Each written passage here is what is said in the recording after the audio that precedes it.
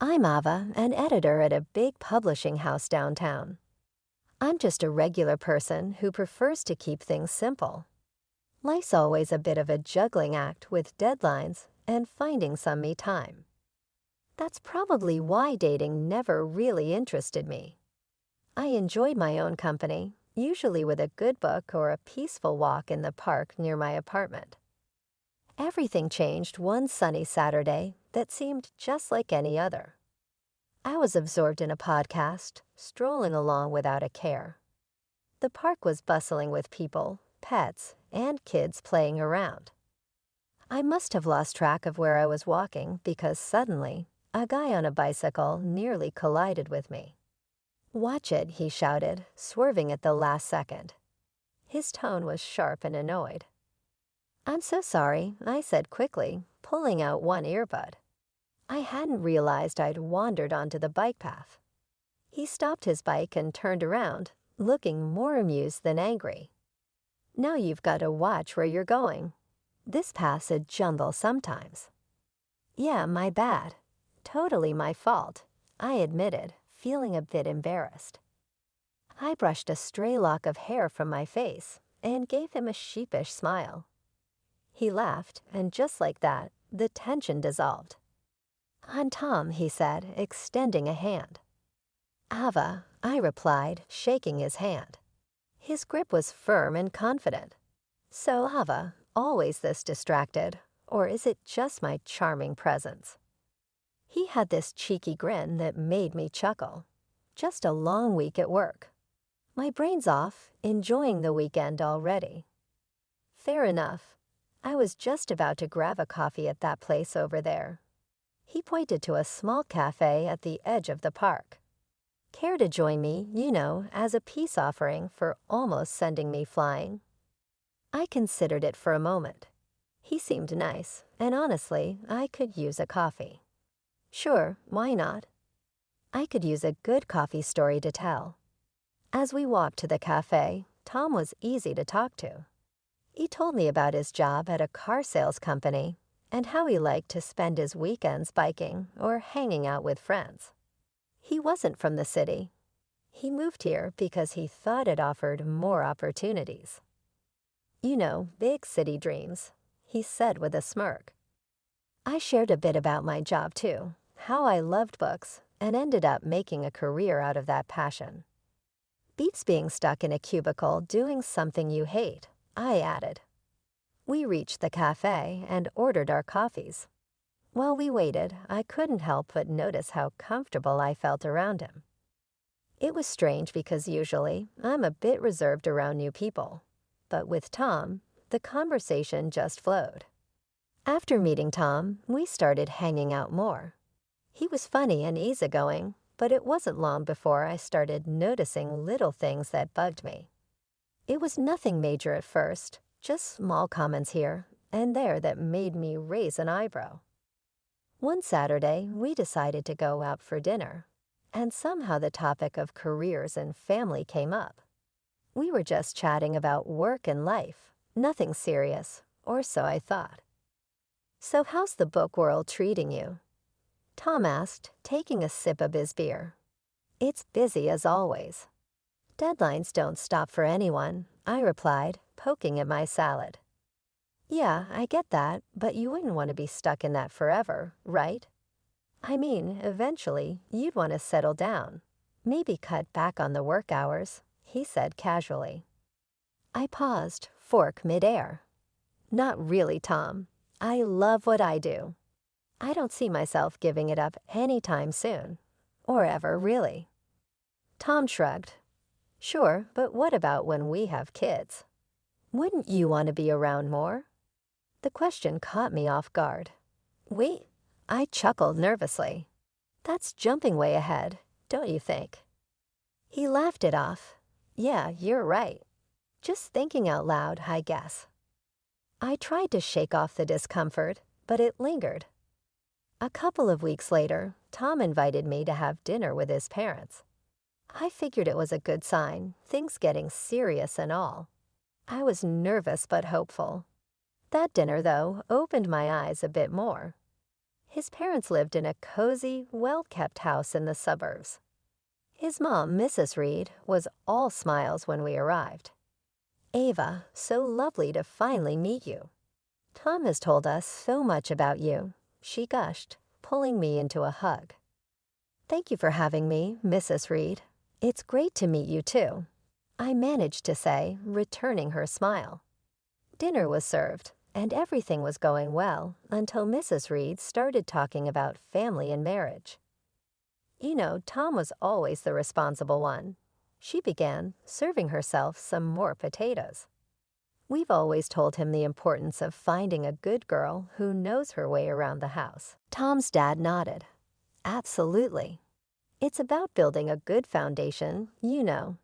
A man needs to provide, and a woman, well, she takes care of the home." I glanced at Tom, hoping he'd say something, but he just focused on his food. Mrs. Reed continued, "It's how we raised our boys. Family first, right, Tom?" "Right, Mom," Tom said, finally looking up. His agreement felt like a punch to the gut. I tried to keep my cool. It's interesting because I've always been pretty career-oriented. I love my job, and I believe in contributing equally. Mrs. Reed smiled a bit too sweetly. "Of course, dear, but you'll see. Priorities change when you start having children. It's only natural for a woman to want to stay at home with her babies." The rest of the evening, I felt like I was in a fog. We left shortly after dinner, and on the drive back, the air between us was tense. "Your mom has some strong opinions about family roles," I said, breaking the silence.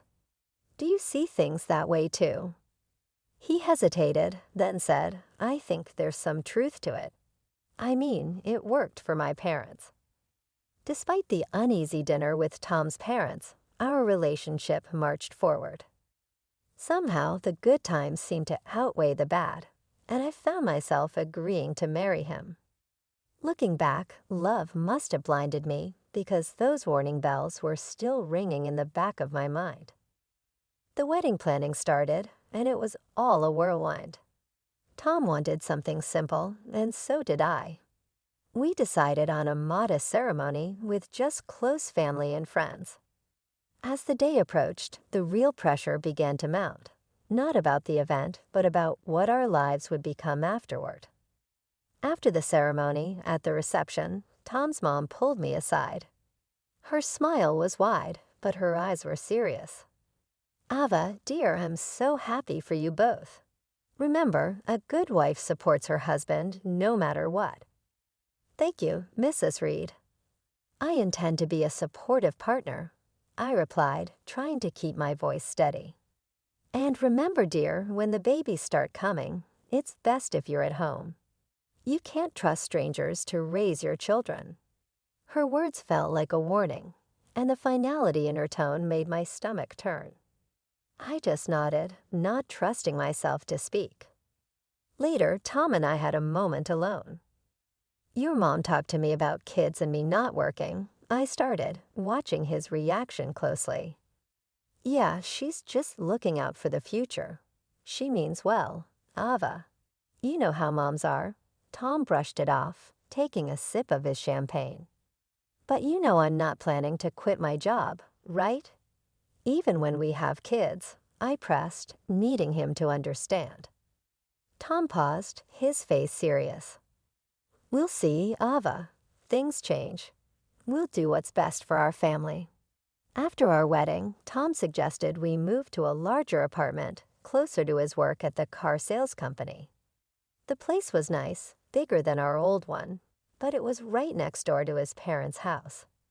I had my suspicions about why he chose this particular spot, but I agreed, hoping for the best.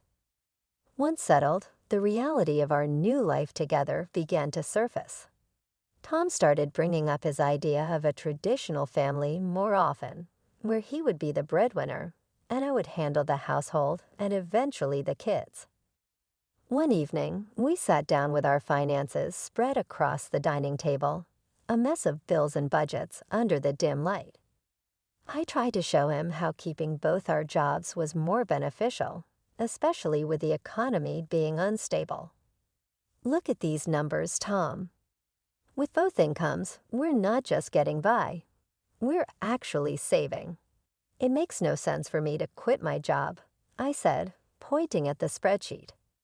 Tom shook his head, pushing the papers away slightly. It's not just about the money, Ava. It's about having a real family life, like my parents had.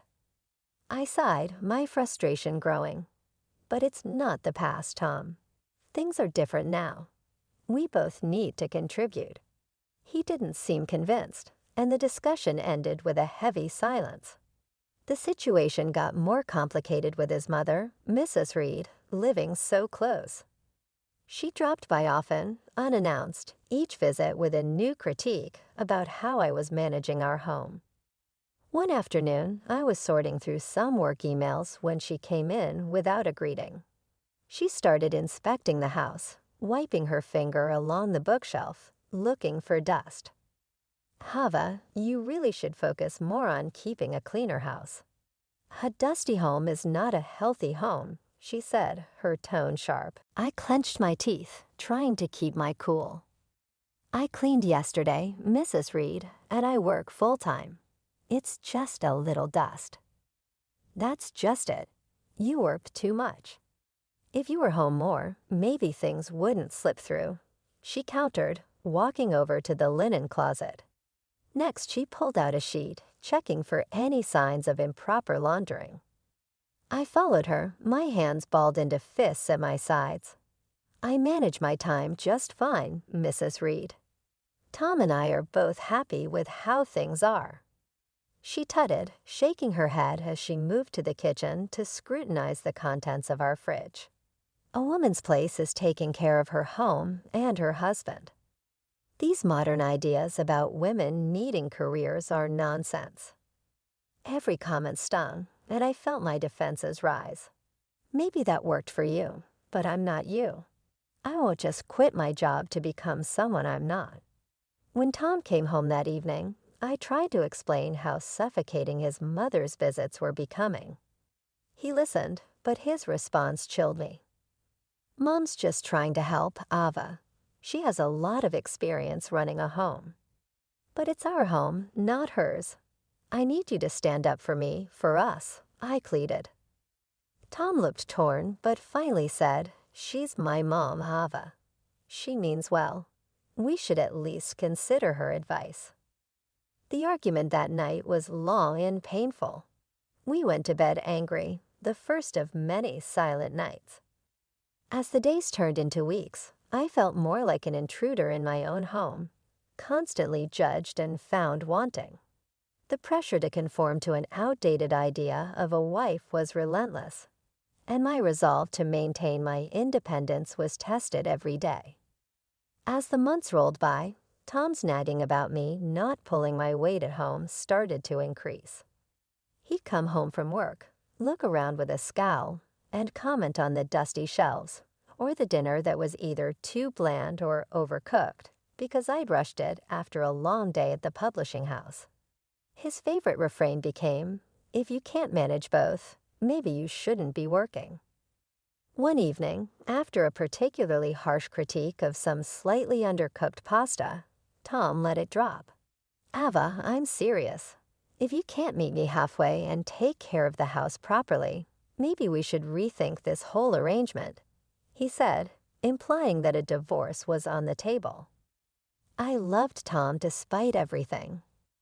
I didn't want our marriage to fail over something like this, so I made a decision that pained me deeply. The next day, I talked to my boss, Ellen, about quitting my job to become a full-time housewife. Ellen was shocked and tried to persuade me otherwise. Ava, you're one of our best. Are you sure about this? She asked, concern etching her features. I don't see any other way, Ellen. I have to try to make things work at home, I admitted, feeling defeated.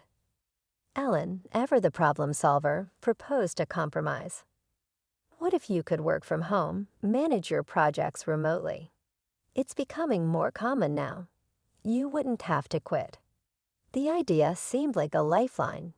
I agreed to the arrangement but decided not to tell Tom. Instead, I told him I had resigned. He was overjoyed, thinking I had chosen our home life over my career. So I started my new job as a housewife, seeing Tom off to work each morning and greeting him when he came home. But as soon as he left, I'd power up my laptop and dive into my editing work.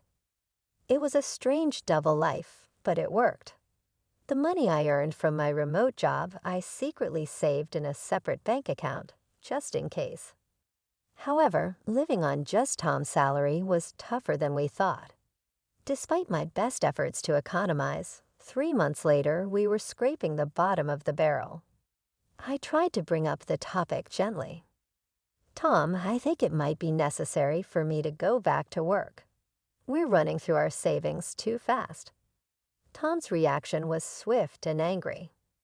"That's because you're spending too much. You need to learn how to save properly," he snapped. I was stunned. I hadn't bought anything for myself in months and always hunted for the cheapest deals at the supermarket. His words hurt deeply, and I felt a mix of anger and humiliation.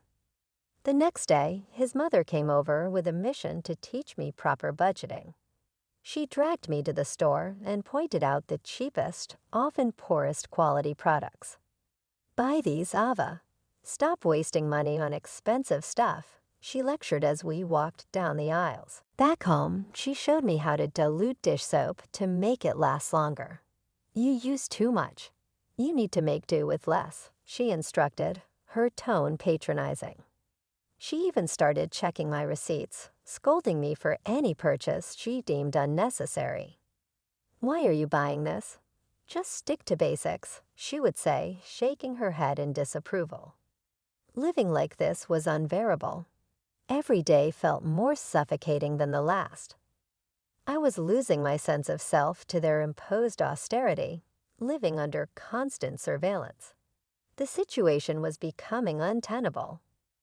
I was trapped in a life of pretended submission, and every part of me screamed for escape. But for now, I held on, biding my time and planning my next steps carefully. It all reached a boiling point. One drizzly Tuesday evening, I was on the phone in the living room, pouring my heart out to my mom. "I just don't know how much more I can take, Mom. His mother is constantly over here, teaching me how to stretch $1 until it screams. I get it, we need to save, but this is too much." Mom's voice was a mix of concern and anger. "Ava, that's not normal. You need to have a conversation with Tom about boundaries. It's your home too, not just his or his mother's playground." Just as I was nodding, feeling a bit strengthened by my mom's support, Tom stormed in from the other room, his face red with anger. He must have heard me complaining. He snatched the phone right out of my hand. A wife shouldn't be complaining about her husband and mother-in-law like some street gossip. He snapped into the phone before hanging up. I was shocked, my hand shaking a bit. "Tom, you can't just grab my phone and talk to my mom that way." "Oh, I can't. Maybe if you had some respect for us, I wouldn't have to," he retorted, his voice rising as I could see the veins in his neck bulging. "Tom, listen to yourself. Can't you see this isn't healthy?" I pleaded, hoping to reach some part of him that remembered what love felt like, but he was beyond reason. "Healthy? My mom was right. I should never have married you." His words cut deeper than I would have expected. "That's enough, Tom. I'm your wife, not some puppet you and your mom can control." I shot back, my own anger flaring up now. "Then act like it or leave," he shouted, his face just inches from mine. I stared at him, disbelief and sadness warring inside me. "You want me to leave at 4:00 a.m.? It's dark and pouring rain outside. If you don't like how things are, then yes, get out." His eyes were cold and unyielding. I knew then that nothing I could say would change his mind or the situation. Shaking, I grabbed a few essentials: my laptop, some clothes, and my phone. I went for my purse next, but Tom was quicker. He grabbed it first, holding it out of my reach. "You think you're leaving with this? I earned this money, not you." "Fine, keep it," I said, my voice hollow. I couldn't believe this was happening. I called a taxi and waited by the door, my heart pounding. The taxi pulled up, and I stepped out into the cold night air, the rain drenching me immediately. As I climbed into the car, a sense of surreal calm settled over me. I was doing this. I was leaving. At the hotel, as I lay in the unfamiliar bed, I couldn't help but feel a surge of relief amidst the turmoil. Despite everything, I hadn't quit my job. My secret savings account, unknown to Tom, was now my lifeline. The first light of dawn was barely peeking through the curtains when I got up. I hadn't slept much, the weight of my decision pressing down on me through the night. Today was the day I would take control back. I had an appointment with a lawyer to talk about filing for divorce. It felt surreal, like a scene from someone else's life, not mine. The lawyer's office was a stark, unassuming place, tucked between a row of old brick buildings. Inside Mr. Henderson, my lawyer was a straight-talking man who wasted no time. "Let's get down to business," he said as soon as I sat down. "You're here to file for divorce, correct?" "Yes," I confirmed, my voice steadier than I expected. "I can't go back to the way things were." Mr. Henderson nodded, his face serious. "All right, I'll need all the details. Any joint accounts, property, anything that needs untangling." We spent the next hour going over everything. He explained the legal process, what I could expect, and what my rights were. He was thorough, ensuring I understood every step before drawing up the necessary documents. "You'll need to serve these to your husband," he instructed, handing me the envelope sealed with a stamp that felt like the seal on my old life. Armed with the divorce papers, I went back to the apartment I had shared with Tom. He was still asleep, probably exhausted from last night's fallout. The apartment felt different as I packed my things. Every item I tucked away marked the end of another shared chapter. By the time I finished packing, Tom was stirring. He wandered into the kitchen, bleary-eyed and clearly confused, to see my bags piled by the door. "What's going on?" he mumbled, scratching his head. I didn't have much to say, just actions to take. Instead of answering, I handed him the envelope. "These are for you," I said, my voice void of the emotion I felt turning inside. Tom tore open the envelope, a frown forming as he scanned the contents. "Divorce." He laughed, disbelief lacing his tone. "You think you can just walk out and everything will be all right?" He looked up from the papers, his eyes cold. "Come back when you're ready to apologize, and maybe I'll consider taking you back. But remember, you'll have to listen to my mother from now on." The absurdity of his words almost made me laugh, but I held it back. "I'm not coming back, Tom. I'm done. We're done." Walking out of that apartment, the air felt different, crisper, almost hopeful. I went straight to a new place I had rented days before. Small but mine alone, a place where I could start rebuilding. Each step felt heavy but right. A few weeks after moving in, I was back at the office, fully immersing myself in the whirlwind of publishing deadlines and author meetings. Being around my colleagues again, feeling the familiar rush of a fast-approaching deadline, reignited a spark in me that I thought I had lost.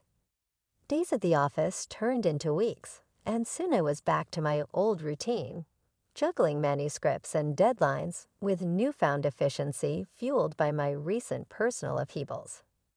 It felt good to be back, really good. The familiar landscape of texts and typos was more comforting than I could have imagined. During this time, I reconnected with old friends, people who had known me long before Tom.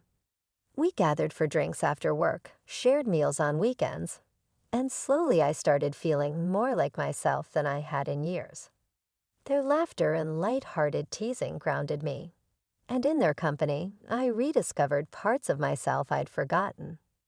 A few months into this new phase of my life, an unexpected call came. It was Tom, his voice awkward and tinged with desperation. "Hey, I got laid off. Things are pretty rough," he started, his words stumbling over each other. "I was thinking maybe you could help me out financially." The request hung in the air, audacious and somewhat insulting given our history. "And maybe we could start over, rebuild. I mean, if you apologize to me and my mom, show some commitment here." His voice trailed off, hopeful yet uncertain. I couldn't hold it in. I just burst out laughing. The absurdity of his proposal after everything was too much.